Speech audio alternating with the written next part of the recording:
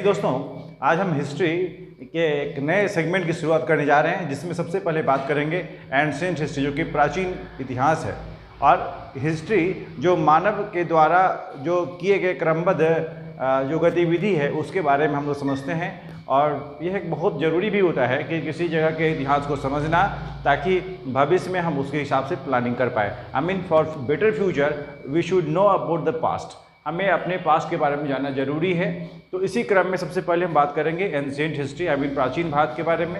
ये जानेंगे आखिरकार ये हिस्ट्री हम जानने के सोर्स हमारे पास क्या क्या है। तो मैंने टॉपिक लिखा भी है कि प्राचीन भारतीय इतिहास के अध्ययन के स्रोत, यानी प्राचीन भारत को समझने के लिए हमारे पास क्या क्या जानकारी है, किस किस आधार पर हम इस इतिहास को समझ पाएंगे जो प्राचीन है, और भारतीय इतिहास को समझने के सोर्स क्या है। बेसिकली हमारे पास दो तरह के सोर्स हैं। वह सोर्स है पुरातात्विक, जिसको हम बोलते हैं आर्कियोलॉजिकल सोर्सेस, एंड दूसरा है लिटरेरी सोर्सेस। जो आर्कियोलॉजिकल सोर्सेस हैं, आर्कियोलॉजिकल सोर्सेस के भी अलग अलग सेगमेंट हमने डिफाइन किए हैं। ध्यान रखिएगा, आर्कियोलॉजिकल सोर्स जो हम पुरातत्ववेताओं के द्वारा जो शुरुआत की गई थी, सबसे पहले उसमें बात आती है अभिलेख की। अभिलेख का मतलब इंस्क्रिप्शन से है। इंस्क्रिप्शंस और मैन्यूस्क्रिप्ट आपने छोटी क्लास में भी पढ़ा होगा कि पांडुलिपि और अभिलेख दो ऐसे सोर्स हैं जो आर्कियोलॉजिकल सोर्स के रूप में समझे जाते हैं। सबसे पहले बात करें अभिलेख की, तो अभिलेख जो था, जो कुछ भी हार्ड सरफेस पे लिखा गया, आई मीन मेटालिक प्लेट पे, पत्थरों पे जो उकेरा गया, जो पहले ज़माने में जो राजा महाराजा हुआ करते थे, वे लोग अपने द्वारा किए गए कार्यों को निश्चित रूप से प्रशंसा के रूप में या अवेयरनेस फैलाने के लिए, जागरूकता फैलाने के लिए वे लोग इनका प्रयोग किया करते थे। तो वे अभिलेख कहलाते थे, जो हार्ड सरफेस पे लिखे जाते थे। जबकि दूसरे तरफ पांडुलिपि, आई मीन मैन्यूस्क्रिप्ट, जो सॉफ्ट पेपर पे यानी भोजपत्र पे, पेड़ों के छालों पे लिखे जाते थे, उसको बोलते थे मैन्यूस्क्रिप्ट। तो ये थे मैन्यूस्क्रिप्ट और इंस्क्रिप्शंस। तो इंस्क्रिप्शंस जो है, आई मीन अभिलेख, यह है पुरातात्विक स्रोत का सबसे पहला हिस्सा अभिलेख। अच्छा, एक बात और ध्यान रखना है आपको कि इसको बोलते हैं एपीग्राफी। एपीग्राफी, अभिलेखों के अध्ययन को हम एपीग्राफी के नाम से जानते हैं। बहुत बार ऑब्जेक्टिव टाइप क्वेश्चंस में सीधा सीधा क्वेश्चन आता है कि अभिलेखों के अध्ययन को क्या बोलते हैं। तो epigraphy, study of inscriptions is known as epigraphy. Please keep in mind, इसको ध्यान रखिएगा, श्योर शॉर्ट क्वेश्चन बनता है। चलते हैं दूसरी तरफ, स्मारक और भवन। पुराने ज़माने में जितने भी इमारत बनाए गए थे, उनका कहीं न कहीं ऐतिहासिक महत्व भी है। इसको समझ के भी हम लोग समझ पाते हैं उस समय कितने कलाकार लोग थे, उनके भीतर स्कल्पचर्स की कितनी ज्ञान थी, वह किस हिसाब से भवन बनाया करते थे, उस समय डिजाइन का क्या तौर तरीका रहा होगा। तो इस तरह से ये स्मारक और भवन भी यह एक पुरातात्विक सोर्स के रूप में समझा जाता है। सिक्के जो प्रचलन में थे उस समय, अलग अलग समय में अलग अलग तरह के सिक्के प्रचलन में थे, इससे हम पुराने ज़माने के इतिहास को समझ पाते हैं। तो सिक्का भी एक सोर्स बनता है कि पुराने ज़माने के इतिहास को समझने में। मूर्तियाँ, पहले ज़माने में मूर्तियाँ, समय के साथ परिवर्तन जरूर हुआ है, लेकिन ये सभी सोर्सेस जो है, ये सब स्रोत जो है, वह पुरातात्विक स्रोत के रूप में समझा जाता है। तो मूर्तियाँ अगर जो याद करें तो मूर्तियाँ, चित्रकला की चीज़ें, मुहरे, स्टैंपिंग। पहले ज़माने में बहुत तरह के चिन्ह हुआ करते थे। चिन्ह से हम दूर दराज के क्षेत्रों को समझ पाते थे कि उस ज़माने में इस जगह पे इस तरह के चिन्ह प्रयोग किए जाते थे। तो कुल मिला के आप समझें तो पुरातात्विक स्रोत में अभिलेख, स्मारक, भवन, सिक्के, मूर्तियाँ, चित्रकला और मुहरे इत्यादि, ये सभी चीज़ें पुरातात्विक स्रोत के रूप में समझे गए, क्योंकि इनके आधार पर हम उनके इतिहास को समझ पाए। तो ये सब थे पुरातात्विक सोर्स। दूसरी तरफ जब हम बात करते हैं साहित्यिक सोर्स की, लिटरेरी सोर्स की, यह भी एक बहुत बड़ा इंपॉर्टेंट फैक्ट बनता है कि किस तरह से साहित्यिक दृष्टिकोण से हम इतिहास को समझ पाए हैं। तो सबसे पहले बात करें, हमारे पास दो तरह के सोर्स हैं। एक तो भारतीय सोर्स, इसको दो भाग में क्लासीफाई किया, एक तो भारतीय साहित्य और दूसरा विदेशी साहित्य। भारतीय साहित्य का मतलब क्या हुआ, इंडियन लिटरेचर। इसके बारे में समझिए। इसमें हमारे पास तीन नाम हैं, याद रखना है, तीन नाम। इंडियन लिटरेचर में धार्मिक साहित्य, धर्मनिरपेक्ष साहित्य और संगम साहित्य। धार्मिक साहित्य, धर्मनिरपेक्ष साहित्य और संगम साहित्य। धार्मिक साहित्य की जब कभी हम बात करते हैं तो उसमें आपको समझना पड़ेगा ब्राह्मण साहित्य, बौद्ध साहित्य और जैन साहित्य। जब धर्म से जुड़ा हुआ है, कहीं न कहीं धर्म से इसका लिंक है। धर्म का मतलब किसी खास सिद्धांत को धारण करना। ध्यान रखिएगा, ब्राह्मण साहित्य में पहले ज़माने में ब्राह्मण जो निश्चित रूप से वेद पढ़ने पढ़ाने, यज्ञ मानी करने करवाने, शिक्षा का दान देने वाले, तो इस तरह से इनका विशेष योगदान था ब्राह्मणों का।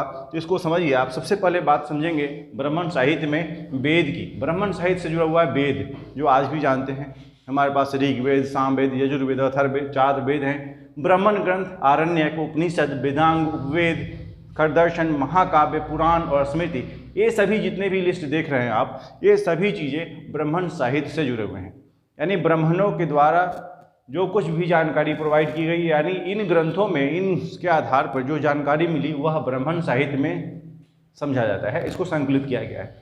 जबकि दूसरे तरफ बौद्ध साहित्य की अगर बात करें तो बौद्ध साहित्य आई मीन बुद्ध धर्म से जुड़ा हुआ और जो भी साहित्य है वह सूत पीटक, विनय पीटक, अभिधम्म पीटक, मिलिंद पन्हो, बुद्ध चरित्र और दिव्यवदान, ये जो है वह बौद्ध साहित्य से जुड़ा हुआ है। यानी बौद्ध की जितनी भी जानकारियाँ प्राप्त होती हैं, चूँकि जब हमारे यहाँ बहुत सारे आडंबर शुरू हो गए थे, उस समय एक नए धर्म का विकास हुआ था, वह जैन धर्म और बौद्ध धर्म था। उस समय से यह सब प्रचलन में आया, तो उसके बारे में जानकारी अगर कहीं से प्राप्त होती है तो वह लिटरेरी सोर्स, जिसको हम इन बौद्ध साहित्य के नाम से जानते हैं, और बौद्ध साहित्य में इन तमाम चीज़ों के बारे में हम समझेंगे। इसके बारे में विस्तार से भी समझेंगे, लेकिन पहले हम एक नज़र चूँकि ब्रीफ में समझ पाएँ कि आखिरकार हमें जानकारी के सोर्स क्या क्या हैं। तीसरे तरफ जैन साहित्य की बात करते हैं। जैन साहित्य और बौद्ध साहित्य दो महत्वपूर्ण थे। उसमें जैन साहित्य में परिशिष्ट पर्वन, भद्रबाहु चरित्र और भगवती सूत्र, कल्प सूत्र, ये जो चार नाम देख रहे हो आप, है ना, ये सब जो है वो जैन साहित्य से जुड़ा हुआ है। पेपर में प्रश्न बनता है कि भगवती सूत्र किससे जुड़ा हुआ है, तो जैन साहित्य से जुड़ा हुआ है। विनय पीटक किससे जुड़ा हुआ है, बौद्ध साहित्य से जुड़ा हुआ है। इस तरह से वेद, वेदांग, आरण्यक, उपनिषद जितने भी हैं, इनका संबंध किससे है, तो ब्राह्मण साहित्य से। और ये तीनों कंसोलिडेट किससे जुड़ा हुआ है, तो धार्मिक साहित्य से जुड़ा हुआ है। इस तरह से आप इसको कोरिलेट करके थोड़ा सा याद करेंगे तो बारी बारी से समझ में आएगा कि आखिर क्या क्या हो रहा था। चलिए दूसरी तरफ चलते हैं। धर्मनिरपेक्ष साहित्य की बात करें, जिनका धर्म से विशेष कोई लेन देन नहीं था, अदर देन रिलीजन, धर्म के अलावा भी कुछ और कंसेप्ट थे जिनके आधार पर हम इतिहास को समझ पाएंगे। वे नाम थे सबसे पहले कौटिल्य का अर्थशास्त्र। कौटिल्य याद रखिएगा, चाणक्य को कौटिल्य के नाम से भी जाना जाता था। उनके द्वारा जो अर्थशास्त्र पर लिखी गई किताबें हैं वो सब बहुत कुछ हमें जानकारी देती हैं कि पुराने ज़माने में इतिहास में क्या क्या हुआ करता था, उस समय की राजनीतिक गतिविधि कैसी थी। कलहन की राजनीति जो कश्मीर से जुड़ा हुआ है, तो राजतरंगिणी का निर्माण कलहन के द्वारा किया गया। यह भी एक सोर्स बनता है, आई मीन धर्मनिरपेक्ष साहित्य के रूप में हमारे पास साधन है जिससे हम प्राचीन इतिहास को समझ पाते हैं। अगली तरफ पाणिनि का अष्टध्यायी। अष्टध्यायी पाणिनि के द्वारा लिखी गई। विशाखदत्त का मुद्र राक्षस, कालिदास के द्वारा बहुत सारी रचनाएं की गई थी। अभिज्ञान शकुंतलम, मालविकाग्निमित्रम, याद रखिएगा, अभिज्ञान शकुंतलम, मालविकाग्निमित्रम, रघुवंशम, मेघदूतम, ये सब कालिदास की रचना है। इन रचनाओं के आधार पर हम उस समय के इतिहास को हम समझ पाते हैं, इसलिए इस सोर्स का बहुत ही ऐतिहासिक पृष्ठभूमि भी रहा है। बाणभट्ट का हर्षचरित्र, याद रखिए बाणभट्ट ने हर्षचरित्र की रचना की है। और हर्षचरित्र का मतलब क्या हुआ, हर्षवर्धन के समय में जो कुछ हुआ था उसके बारे में जानकारी प्राप्त होती है। तो इन सभी साधनों से हम उन समय के चीज़ों को आसानी से समझ पाते हैं। ये सब हमें जानकारी के सोर्स प्राप्त हुए हैं, इसलिए इसको भी समझते हैं हम लोग। इसके बारे में विस्तार से हम अगले वीडियो में भी समझेंगे, लेकिन फिलहाल सिर्फ एक ब्रीफ में समझिए कि यह बाणभट्ट का हर्षचरित्र और कादम्बरी, ये सभी जो आपने नाम सुना, कौटिल्य का अर्थशास्त्र, कलहन की राजतरंगिणी, पाणिनि का अष्टध्यायी, विशाखदत्त का मुद्र राक्षस, कालिदास का अभिज्ञान शकुंतलम, मालविकाग्निमित्रम, रघुवंशम और मेघदूतम, ये सभी रचनाएं हमें साहित्यिक सोर्स प्रदान करती हैं। दूसरी तरफ बाणभट्ट का हर्षचरित्र और कादम्बरी, ये सब जो है संगम साहित्य के रूप में हम समझ पाते हैं इसको। अब संगम साहित्य, धर्मनिरपेक्ष साहित्य के रूप में समझ पाते हैं। दूसरी तरफ संगम साहित्य की बात करें, संगम का संबंध एक्चुअली साउथ से है, दक्षिण से है, इसलिए वहाँ पर कुछ नाम याद रखना पड़ेगा आपको। तिरुकुरल, शिल्पाधिकारम, मणिमेखलई और जीवक चिंतामणि, ये जो चारों हैं वह संगम साहित्य से जुड़ा हुआ है। तो इसके आधार पर हम इसके बारे में जानकारी प्राप्त कर पाते हैं। कुल मिलाकर आपने समझा कि भारतीय इतिहास में, भारतीय साहित्य में ये कुछ चीज़ें ऐसी हैं जिसको हम समझ पाते हैं। विदेशी साहित्य की, विदेशी साहित्य हमने बताया था कि साहित्यिक सोर्स में दो हैं, एक भारतीय साहित्य और दूसरा विदेशी साहित्य। विदेशी साहित्य में क्या होता है कि विदेशी यात्रियों की यात्रा का जो विवरण था, आई मीन विदेशी हमारे भारत में आए तो वो कुछ चीज़ यहाँ के नोटिस किए, और नोटिस करने के बाद यहाँ के बारे में बहुत कुछ लिखे गए, जिसे हम पढ़ करके आज उस समय के वस्तु स्थिति को समझ पाते हैं। तो विदेशी यात्रियों की यात्रा का विवरण भी एक माध्यम बना जिसके आधार पर हम उस इतिहास को समझ पाते हैं। तो सबसे पहले बात करें विदेशी साहित्य में, दो तरह के नहीं, तीन तरह के। एक था यूनान एवं रोम के लेखक। यूनान जो पहले से विकसित रहा है, तो यूनान और रोम के लेखक। दूसरा था चीनी लेखक जो चीन से आए थे, और तीसरा था अरबी लेखक। इसमें कुछ नाम हमने नोट किए हैं जो बहुत ही महत्वपूर्ण है, सिर्फ आपको नाम के रूप में याद रखना है। सीधा सीधा प्रश्न बनता है इस नाम से ही कि याद रखिए यूनान एवं रोम के लेखक कौन थे? मेगास्थनीज, टॉलेमी, हेरोडोटस और निरियाकस और अरिस्टोबुलस। ये जो नाम दिख रहा है वह यूनान एवं रोम के लेखक थे। कौन कौन? मेगास्थनीज, टॉलेमी, हेरोडोटस जिसको फादर ऑफ हिस्ट्री के नाम से भी जानते हैं, निरियाकस और अरिस्टोबुलस। ये जो नाम हैं वह यूनान एवं रोम से जुड़े हुए हैं और हमारे भारतीय इतिहास को जानने में महत्वपूर्ण भूमिका रही है इनकी। इसी तरह चीनी लेखक की अगर बात करें, जो चीनी लेखक में फाहियान थे, फाहियान, वेनसांग और ईदसिंग। ये लोग डायरेक्ट प्रश्न बनता है कि फाहियान कहाँ से आया था? तो चीन से आया था, चीनी लेखक था। अब उन्होंने क्या लिखा इसके बारे में हम विस्तार से क्रम से समझेंगे। अभी जस्ट एक संक्षेप में समझ पाते हैं कि हमें प्राचीन इतिहास को समझने के साधन क्या क्या हमारे पास उपलब्ध है। वेनसांग, ईदसिंग। और अरबी लेखक की बात करें, अरब से भी हमारे पास लोग आए थे देखने और समझने अपने हिसाब से। उसमें अल सुलेमान का नाम आता है, अल सुलेमान, अल मसूदी और इब्न बतूता। आप में सभी लोगों में ने सुना होगा इब्न बतूता का नाम, तो सुना ही होगा। इब्न बतूता एक अरबी लेखक था। याद है अरबी लेखक, इससे प्रश्न बनता है कि ये कहाँ से जुड़े हुए थे।